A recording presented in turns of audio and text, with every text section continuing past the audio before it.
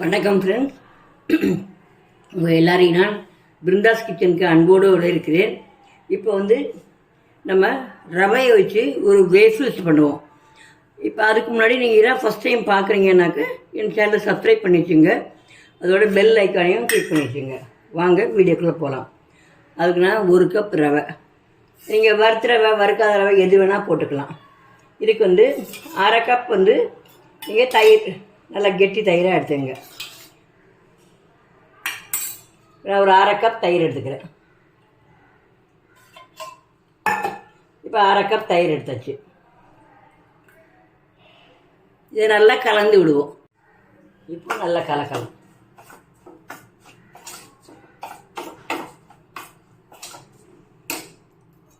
இப்போ அதுக்கப்புறம் ஒரு 1/4 கப்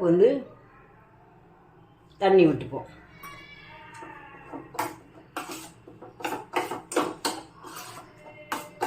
நம்ம நல்லா ஊறணும், ஒரு 15 நிமிஷம் ஊற வைக்க போகிறோம். அதனால் முதல்ல விட்டாச்சு. இப்போ இன்னும் நம்ம ஒரு 1/2 கப் விட்டுருப்போம். மொத்தம் 3/4 கப் தண்ணி விடுறோம். இப்போ ஒரு 1/2 கப் விட்டு நல்லா அப்படியே மூடி வச்சிடலாம். ஊறினா தான் நல்லாயிருக்கும். நம்ம அதுக்குள்ளேயும் காய்களை நறுக்கி வச்சுக்கலாம். அப்புறமா உப்பு, மிளகாத்தூள் எல்லாமே போட்டுக்கலாம். நம்ம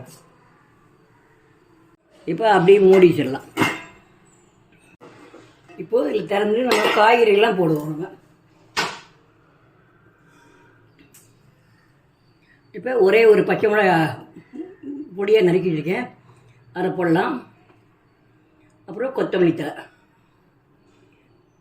அப்புறம் குடமிளகா பொடியாக நறுக்கியிருக்கேன், அதையும் போட்டுக்கலாம். அப்புறம் ஒரு கேரட்டை துருவி வச்சுருக்கேன், அதையும் போட்டுக்கலாம். ஒரு பெரிய வெங்காயத்தை நறுக்கி வச்சுருக்கேன், அதையும் போட்டுக்கலாம். அதில் தேவையான அளவு உப்பையும் போட்டுக்கலாம்.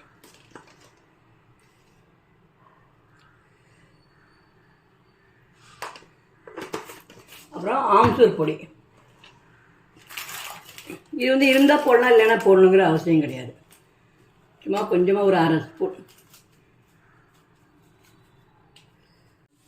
அதில் கொஞ்சமாக சில்லி சாஸ் போட்டுக்கிறேன். நீங்கள் சில்லி சாஸ் இல்லைனாக்கா நீங்கள் இது போட்டுக்கலாம், சில்லி பவுட்ரு போட்டுக்கலாம்.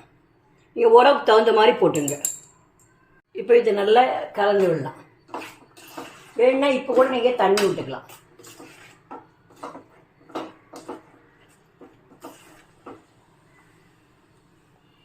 கொஞ்சம் தண்ணி விட்டுக்கலாம். ஏன்னா ரொம்ப கெட்டியாக இருந்தால் சரியாக வராது, அதனால் கொஞ்சமாக தண்ணி விட்டுக்கலாம். இப்போ நீங்கள் உப்பு பார்த்து போட்டுக்கலாம். நீங்கள் இதே கரம் மசாலா, சாட் மசாலா அந்த மாதிரி விரும்பினா அதுவும் கூட போட்டுக்கலாம்.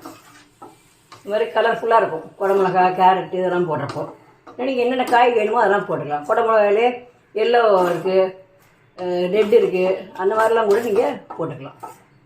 இப்போ அடுத்து இப்போ என்ன செய்யணும்னு பார்க்கலாம். இப்போ இதுதான் இந்த மிஷின். நம்ம பண்ணுறது முன்னாடி ஒரு ஆன் பண்ணி விட்டிங்கன்னா அதுவாக ஆன் ஆகி ஆஃப் ஆகும். அது ப்ரீ ஹீட் பண்ணிக்கணும். இப்போ எண்ணெயை விட்டு நல்லா தடவி விட்டுருங்க.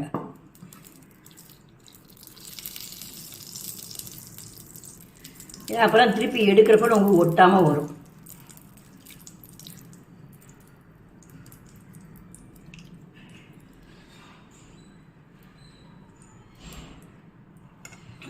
இப்போ இந்த மாவு நீங்கள் வேணுங்கிற அளவுக்கு விடுங்க, விட்டு பரட்டி விடணும்.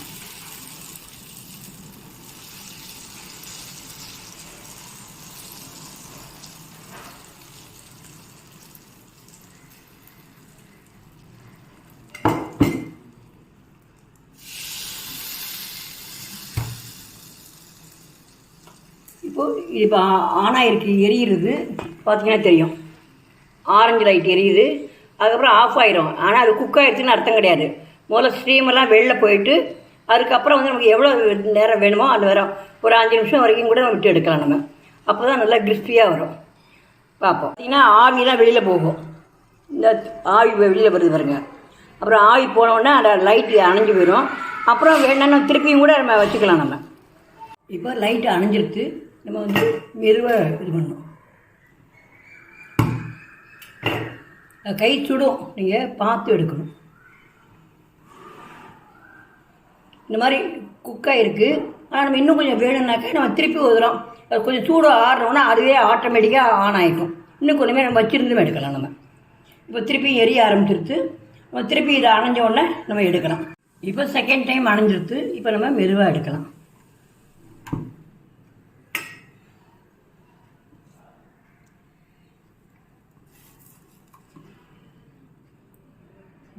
எடுத்துடலாம்.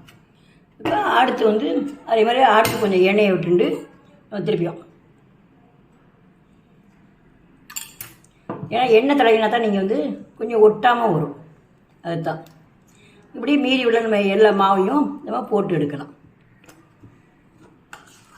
நீங்கள் கொஞ்சம் நான் முதல் தடவை நிறைய மாவு விட்டுட்டேன்.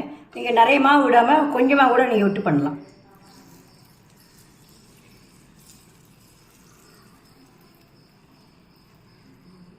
நீங்கள் ஒரு கரண்டி விட்டால் போதும். நான் முதல் தடவை தெரியாமல் 2 கரண்டி விட்டேன். நான் நீங்கள் இந்த மாதிரி விட்டுட்டு பண்ணிங்கன்னா சரியாக வரும். இது மாதிரி நல்லா பரத்தி விட்டுருங்க. பரத்தி விட்டு மூடி வச்சிடலாம். முதல்ல உள்ள ஸ்டீமெல்லாம் போகும். அதுக்கப்புறம் அது வந்து குக் ஆகும். அப்புறம் பார்த்துட்டு நம்ம திருப்பி இன்னொரு கூட வச்சு எடுக்கலாம். இப்போது சுவையான ரவை வேஃபில்ஸ் ரெடி. நீங்கள் பிள்ளைங்களுக்கு பிடிச்ச மாதிரி டொமேட்டோ கெச்சப்போ இல்லைனாக்கா அவங்க சிலவங்களுக்கு ஜாம் சுட்டு சாப்பிடுவாங்க. சிலவங்க வந்து சாக்லேட் சாஸ் விட்டு சாப்பிடுவாங்க. எது விஷயமோ அப்படி கொடுத்து நீங்கள் சாப்பிடலாம்.